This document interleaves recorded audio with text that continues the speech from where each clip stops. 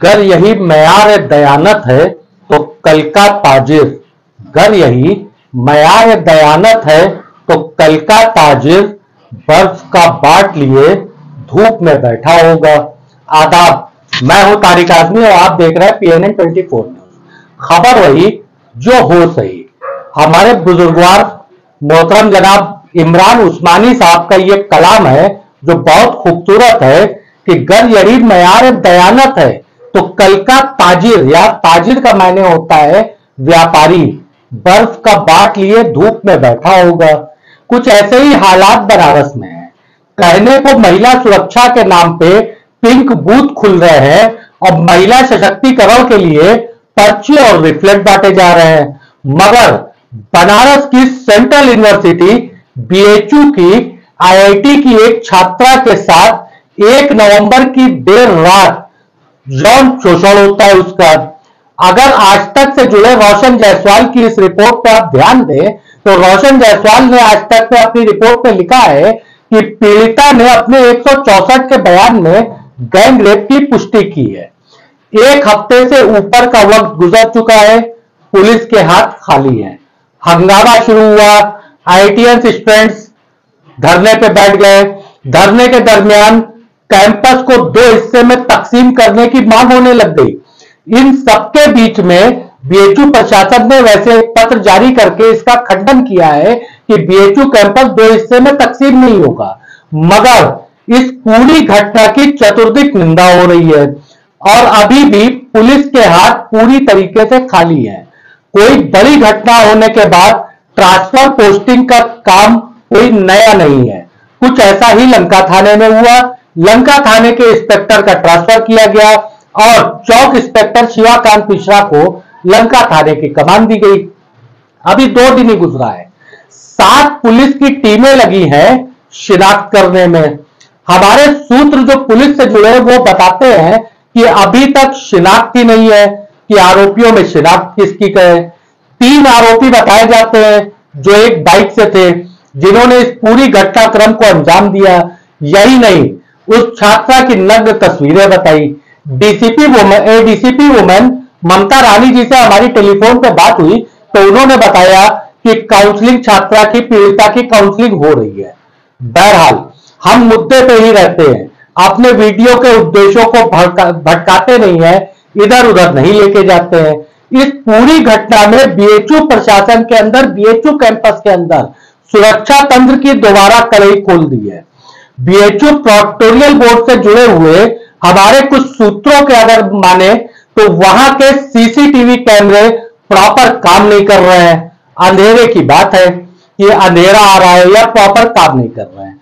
ऐसी कोई पहली घटना नहीं है। लंका थाने को अगर उठा के देखा जाए तो कई ऐसे क्रिमिनल केसेस जो बड़े आपराधिक कृत्य हुए हैं वो आज तक अनसॉल्व है। 3 साल 4 साल से आज भी लंका थाने का केसेस हल नहीं हुए हैं। एक एक करके अगर हम आपको बताते चले तो 23 सितंबर 2019 आयुर्वेद भवन के पास एक रामू काका हुआ करते थे जिनकी चाय की दुकान थी।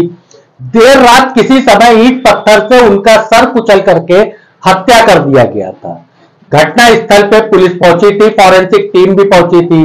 हत्या की इस घटना को लूट के साथ जोड़ने का प्रयास भी हुआ था, मगर उस प्रयास में कुछ कमियां थी, क्योंकि लूट अगर होती तो सिक्के और 10 और 5 की नोट कोई छोड़ के नहीं जाता, वहां छोड़ी गई थी। इस घटना का खुलासा 2019 से लेकर के अभी तक लंका पुलिस नहीं कर पाई है। तत्कालीन इंस्पेक्टर लंका भारत भूषण तिवारी थे। आज भी हमारी उनसे बात हुई तो उनका यही कहना है कि वो एक घटना उनकी आत्मा पे एक बोझ है जिसका खुलासा नहीं हो सका। और लंका पुलिस, ACP भेलूपुर के सर्किल की पुलिस इस घटना का खुलासा 4 साल के बाद भी नहीं कर पाई है। रामू काका हत्याकांड को अगर आप देखेंगे तो रामू काका का संपत्ति से कोई विवाद नहीं था। एक छोटी सी दुकान थी, 2-4 हजार रुपए की लूट की बात कहीं से हजम होने वाली बात नहीं होती है। कई घटनाक्रम इस तरीके से और भी जुड़े हुए हैं। एक और घटना हम आपको जो है रूबरू करवाते चलते हैं। 9 फरवरी 2021 को सामने घाट के तरफ जाने वाले रास्ते पे ज्ञान प्रवाह नाला है। ज्ञान प्रवाह नाले पे एक बोरे में बंधी हुई सर कटी एक युवती की लाश मिली थी। 2021 से आज की तारीख है। लंका पुलिस उस मृतका की शिनाख्त नहीं कर पाई। आरोपियों को पकड़ना तो बहुत दूर सी बात है, मगर इसमें अगर उस वक्त के तत्कालीन इंस्पेक्टर को और विवेचक की कार्यशैली को भी देखेंगे तो वो कार्यशैली बड़ी विचित्र आपको समझ में आएगी। शायद फॉलोअप कैमरे का चेक नहीं हुआ था। यह भी आज ठंडे बस्ते में पड़ी हुई एक घटना है जिसका खुलासा आज तक लंका पुलिस नहीं कर पाई।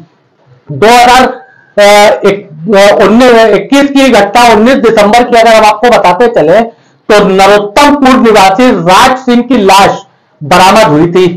नामजद के खिलाफ एफआईआर हुई 6 नामजद के खिलाफ। यह घटना क्यों हुई आज तक लंका पुलिस खुलासा नहीं कर सकी। चौथी घटना हम आपको बताते चलते हैं। हत्या की घटना है 9 मार्च की। श्रवण राजभर नाम के एक युवक की चाकू घोंप करके हत्या हुई थी। आज तक पुलिस हत्या के कारण हत्यारों तक पहुंचना तो बहुत दूर सी बात है, हत्या के कारणों तक का आज तक पुलिस खुलासा नहीं कर सकी है। एक ये घटना महिला सशक्तिकरण की पूरे जनपद में, पूरे प्रदेश में बात हो रही है। क्या महिला सशक्तिकरण सिर्फ पिंक बूथ तक सीमित रहेगा? क्या प्रोक्टोरियल बोर्ड बीएचयू का जो सुरक्षा तंत्र है और बीएचयू प्रशासन इसके ऊपर जवाबदेह नहीं है? बहुत बड़ा जवाबदेह है कि बीएचयू प्रशासन के अंदर, बीएचयू कैंपस के अंदर इतनी बड़ी घटना अंजाम दी जाती है। कहां है सुरक्षा तंत्र? 4 में से 1 हत्याकांड तो कैंपस के अंदर था, एलवेज भवन के पास। उस वक्त भी यही स्थिति थी कि रामू काका हत्याकांड में कोई सीसीटीवी फुटेज आसपास उपलब्ध नहीं था। 2019 से लेकर के 4 साल में बीएचयू प्रशासन ने कितनी तरक्की किया, आप इसी से अंदाज लगा सकते हैं कि बहुत कुछ अभी भी हाथ खाली है। 4 टीमों का गठन हुआ था इस घटना की खुलासा के लिए। आज तक से जुड़े रोशन जायसवाल की रिपोर्ट में है, कल की यह रिपोर्ट है कि इसमें 3 टीमें और जोड़ी गई है। 7 टीमें मिल करके पुलिस की इस घटना का खुलासा कर रही है। मगर आज 1 सप्ताह से ज्यादा वक्त गुजर गया, आज भी पुलिस के हाथ तो खाली है। पुलिस के ऊपर ही सिर्फ आरोप क्यों लगाना? क्या बीएचयू प्रशासन की अपनी जिम्मेदारी नहीं बनती है? क्या प्रोक्टोरियल बोर्ड सिर्फ ये कह करके पल्ला झाड़ लेता है और झाड़ के किनारे हो सकता है कि साहब हमने तो उस वक्त ऐसा किया, हमने इस वक्त पुलिस को फोन किया, मैंने पुलिस को बताया? क्या बीएचयू प्रोक्टोरियल बोर्ड की अपनी कोई जिम्मेदारी नहीं है, सिर्फ पुलिस को सूचित करना तक की जिम्मेदारी है? ऐसा तो बिल्कुल नहीं हो सकता। छात्र छात्राओं की सुरक्षा की जिम्मेदारी और कैंपस की सुरक्षा की जिम्मेदारी के लिए बीएचयू प्रोक्टोरियल बोर्ड को अपनी जिम्मेदारी सामने लाना पड़ेगा और वो जिम्मेदार है, इस बात को भी मानना पड़ेगा। कब तक अपने पाले की गेंद को बीएचयू प्रशासन दूसरे के पाले में ट्रांसफर करता रहेगा? कब तक इस तरीके की कार्रवाई चलती रहेगी? बीएचयू के अंदर इस तरीके की घटनाओं की निंदा बहुत छोटा शब्द होता है। हम मांग करते हैं बीएचयू प्रशासन से कि अपने यहाँ की सुरक्षा व्यवस्था को और दुरुस्त करे। सेंट्रल यूनिवर्सिटी है, देश विदेश में नाम है, नाम पे कितना कलंक लगा ये आप समझ ही सकते हैं। महामना की बगिया को कलंकित करने वाली इस घटना का खुलासा वाराणसी पुलिस कमिश्नरेट कब तक करती है, ये देखने वाली बात होगी। मैं तारिक आजमी, अल्लाह हाफिज।